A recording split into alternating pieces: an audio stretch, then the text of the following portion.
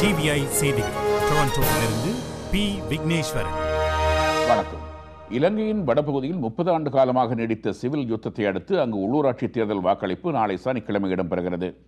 யாழ்ப்பாணத்தில் மட்டுமல்ல, விடுதலை புலிகளின் தலைநகரமென விளங்கிய கிளிநொச்சி மற்றும் முல்லைத்தீவு மாவட்டங்களிலும் தேர்தலில் மக்கள் வாக்களிக்கவிருக்கிறார்கள். எனினும் தேர்தல் சரியான பாதையில் ஒரு படியாக அமைந்த போதிலும் உள்ளூராட்சி சபைகள் ஏதாவது மாற்றங்களை கொண்டு வருமா என்பது குறித்து வாக்காளர்கள் சந்தேகமே கொண்டுள்ளார்கள். இப்படித்தான் நடுவரும் ஒவ்வொரு எலெக்ஷனும் வந்து போகுது. ஆனால் இது மாற்றங்கள் வந்த மாதிரி தெரியல. இந்த முறையும் சந்தேகம்தான்.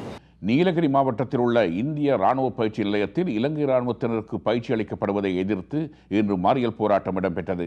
குன்னூர் என்ற இடத்திலுள்ள ஹோட்டல் ஒன்றில் இலங்கை ராணுவத்தினர் தற்போது தங்க வைக்கப்பட்டுள்ளனர். இதனால் அந்த ஹோட்டலுக்கு சிறப்பு போலீஸ் பாதுகாப்பு போடப்பட்டுள்ளது. இதற்கிடையில் மறுமலர்ச்சி திராவிட முன்னேற்றக் கழக பொதுச் செயலாளர் வைகோ இலங்கை தமிழர் விவகாரம் தொடர்பான கோரிக்கைகளை வலியுறுத்தும் வகையில் அடுத்த மாதம் 12ஆம் தேதி இந்திய பாராளுமன்றத்திற்கு வெளியே ஆர்ப்பாட்டம் ஒன்றை நடத்தப் போவதாக இன்று அறிவித்துள்ளார்.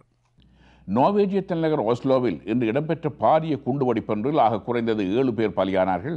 அதையடுத்து இளைஞர் முகாம் ஒன்றில் இடம்பெற்ற துப்பாக்கிச் சூட்டு சம்பவம் ஒன்றில் மேலும் 25 பேர் உயிரிழந்தனர் என்று அறிவிக்கப்பட்டிருக்கிறது. நேட்டோ அமைப்பில் அங்கத்துவம் பெறுகின்ற நோர்வேக்கு எதிராக அச்சுறுத்தல்கள் இருந்து வந்தன. ஆப்கானிஸ்தான் மற்றும் லிபியாவில் இடம்பெறும் சண்டைகளிலும் நோர்வே ஈடுபட்டு வருகிறது. விரிவான செய்திகள் டிவிஐயின் செய்தி அறிக்கையில் இடம்பெறும்.